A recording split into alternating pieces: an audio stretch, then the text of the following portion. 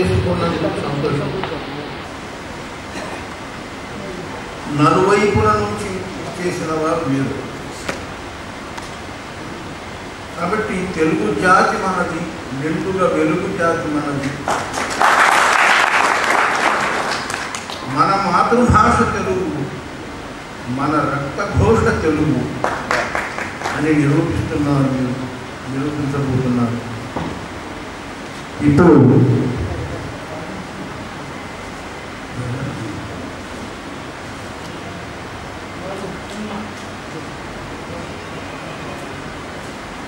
శంకరాభరణం,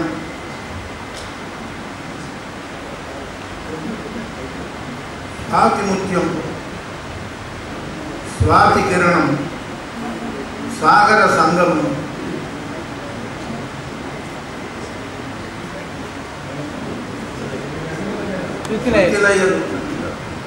వృత్తిలయలు, జీవన జ్యోతి లాంటి సంగీతాత్మక చిత్రాలను నిర్మించి రూపొందించి,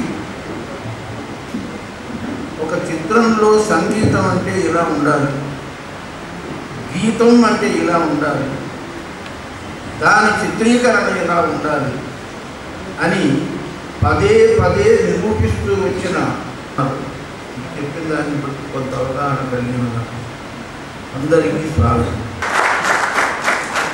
అధ్యయన శిబిరం పెడితే బాగుంటుంది. యువకవుల పైన ఉంది, అన్నీ జరిగినాయి, దీని గురించి ఎవరు చేయలేదు, చేస్తే బాగుంటుందని చూపిస్తే నేను సందేహించాను.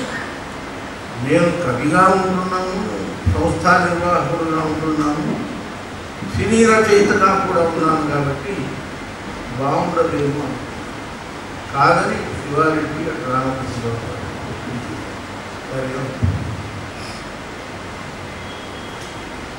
దీనికి ప్రారంభకులుగా ముఖ్య అతిథిగా ఒక సమున్నత స్థాయిలో ఉన్న దర్శకులు ఉన్నారు. ముగింపు సమావేశం సమాపనోత్సవంలో అగ్రశ్రేణి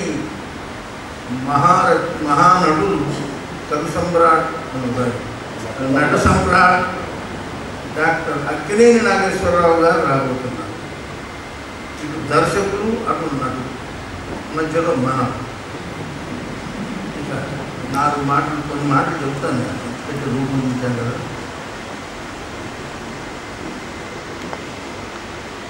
సినీ గీత రచనకు సంబంధించిన శిబిరం, అధ్యయన శిబిరం, శిక్షణ శిబిరం అంటారు. ఇందులో ప్రొఫెసర్లు ఉన్నారు, వీళ్ళు ఉన్నారు, ఇందుకు శిక్షణ అని. శిక్షణలో వేరు, కానీ శిక్ష అనేది అందులో శిక్ష అనేది ప్రాథమిక దశలో ఉన్న విద్యార్థులకు కానీ ఏం కాదు. కాబట్టి అధ్యయన శిబిరం అన్నాం. అంటే సినీ గీత మహాకవులు, మహానటుడు విశ్వనాథ సత్యనారాయణ గారు మొదట అన్నారని అది గురించి రాలేదు. కవి సమ్రాట్ విశ్వనాథ సత్యనారాయణ గారు మొత్తం తెలుగు జాతికి శిఖరాయమానమైన మహాకవి. ఆయన మీకు తెలియదు, మీరు పుట్టనివాడు కారణం ఉంటారు. మీరు ఆకాశరాజు అని ఒక సినిమా తీశారు. ఆకాశరాజు నేను ఇంటర్మీడియట్ విద్యార్థిగా ఉన్నాను. ఆకాశరాజు సినిమాలో ఆయన మా పాటలు రాశారు. జ్వాలలు రేగి వెన్నెలలోనే చీకటి మూగే పలుకలేక పదములు రాక. అయినా ఇక్కడ బాబు ఇదే వాక్యం కొంచెం అక్షరం ఇటు అటు అనేటట్టు చెప్పండి అన్న. పలుకగలేక పదములు రాక, పలుకగాలేక పదములే రాక, బ్రతుకే తానే బరువై సాగే ఇది బాణి, ఇచ్చిన బాణి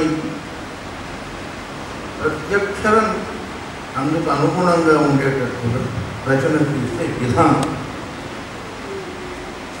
ఇది కాక మళ్ళీ కవి రచించిన గీత రచయిత రచించిన దానికి స్వరం చేయాలి. మూగ మనసులో మన విశ్వనాథ గారి గురువు గారు ఆదుర్తి సుబ్బారావు గారి దర్శకత్వం వహించారు. అందులో ఆత్రేయ ఒక 4 భక్తులు రాశారు. విషాదభరితమైనటువంటి మాను మాకును కాను రాయి రప్పను కాను అనాలి. ఆత్రేయ అన్నాడు రాయి రప్పను కానే కాను, మామూలు మనిషిని నేను, నీ మనిషిని నేను. ఇది మహానుభావుడు మహాదేవుని కాబట్టి అలా ఎదురీత అయ్యాడు. ఇది మరొకడైతే ఇబ్బంది పడి మాను మాకును కాను రాయి రప్పను కాను, మామూలు మనిషిని నేను, నీ మనిషిని నేను అలా కాక మహాదేవుడు మాను మాను మాకును కాను రాయి రప్పను కానే కాను, మామూలు మనిషిని నేను, నీ మనిషిని నేను. ఎంత రమణీయ. ఇక స్వరరచన పదరచన సరిదూడుతూ సాగి కొందరు ఉన్నారు. విశ్వనాథ్ అనే మీరు, సినారి అనే నేను చాలా గీతాలు రాశారు. ఆయన అప్పుడప్పుడు ముందే ఇస్తాడు పంక్తులు, పల్లవిలో ఒక లైన్ ఇస్తాడు.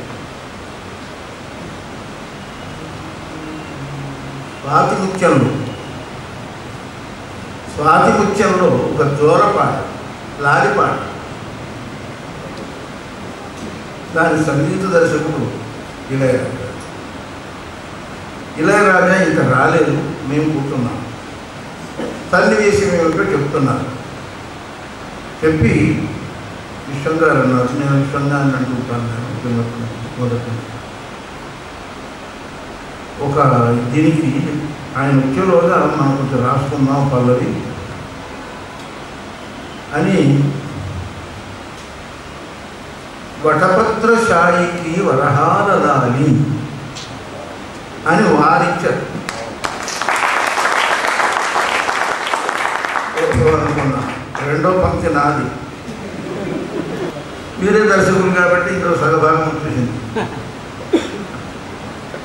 నిర్మాతున్నాడు.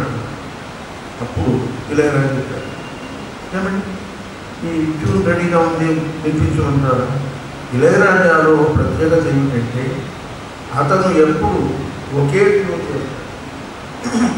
చాలామంది సంగీత దర్శకుల్లో ఇది కాదండి మరొకటి మరొకటి మరొకటి 3, 4, 5, 6, 10 ఇన్ని రకాల ట్యూన్లు చేయిస్తారు. కానీ ఇళయరాజా అంటాడు ఆయన ఒక్కడే హార్మోనియం పబ్లిష్ కూడా ఉండడు. కంపోజ్ చేసేటప్పుడు ఆయన వచ్చి ఇవన్నీ ట్యూన్ రెడీగా ఉంది వినిపించమంటారా అన్నాడు. ఆయన ఏ ట్యూన్ వినిపించాడో మాకు తెలియదు. మాకేమో పదరచన జరిగింది, ఇంకా స్వరరచన.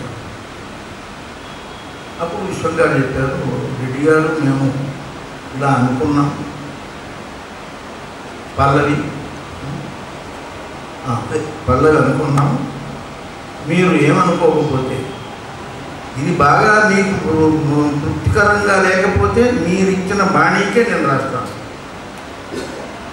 ఒకసారి చూడండి అని వటపత్రశాయికి వరహాలలాలి, రాజీవ నేత్రునికి రతనాలలాలి, ముఠిపాలకృష్ణునికి ముత్యాలలాలి, జగమేరు స్వామికి పగడాలలాలి అని వినిపించేసరికి ఆయన తన ట్యూన్ రాసుకొచ్చారు. అది తీసి పక్కన పెట్టి ఎత్తుకున్నాడు. ఒక 5-10 నిమిషాల్లో పల్లవి పూర్తి చేశారు. వటపత్రశాయికి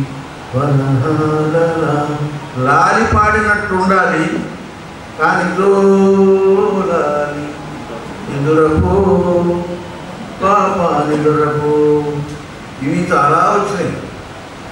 దీనికి భిన్నంగా ఉంది విశ్వనాథ్ గారు రూపొందించింది. మామూలు ఇది అక్కడ దాని తర్వాత ఉన్నాయండి, చాలా ఉన్నాయి. కౌసల్య లాలి, తల్లులు లాలి చేయడం, గురువులు లాలి చేయడం, అగ్గేయకారులు లాలి ఉన్నాయి. పట్టపత్రశాయి వరహాల అప్పుడు చేశాడు, అక్కడ ఉంది. బాలకృష్ణునికి ఇది సంగీత దర్శకుడు పని. మురిపాల కృష్ణునికి ముత్యాల లాలి అను, అది ఇళయరాజే కదా. మురిపాల కృష్ణునికి ముత్యాల లాలి, జగమేలు స్వామికి పగడాల లాలి వటపత్రశాయి. కాబట్టి వాళ్ళ మీకు ఇప్పుడు అవగతమైంది. అంటే ఒక బాణి ఇస్తే గీత రచయిత ఎలా రాయాలి, ఒక గీత రచన చేస్తే ఎలా కట్టాలి, దర్శకుడు గీత రచయిత ఇద్దరు అనుకూలించింది ఎలా చూపించారు. నేను విభిన్న పార్శ్వాలను నేను ఉంచాను. తర్వాత వారందరూ వివరంగా చెబుతారు మీకు. మీరంతా ఏకాగ్రతతో విన్నందుకు, మధ్యలో నా జ్ఞాపకం లేని నా పంక్తులనే మీరు ముందు పాడుతున్నందుకు, మీ దూరజ్ఞతకు, దూరదర్శన కదా, మీ దూరజ్ఞతకు నా అభినందనాలు చెబుతూ తర్వాతి కార్యక్రమం శిబిర ప్రణాళిక వివరణ. ఈ శిబిరం ఎందుకు చేస్తున్నాం, ఏం చేస్తున్నాం అనేది నేను కేవలం సూచనప్రాయంగా చెప్పాను. ఇప్పుడు సినీ విజ్ఞాన విశారద ఎస్వి రామారావు ఈ మొత్తం 6 రోజులు సమన్వయకర్త వారే.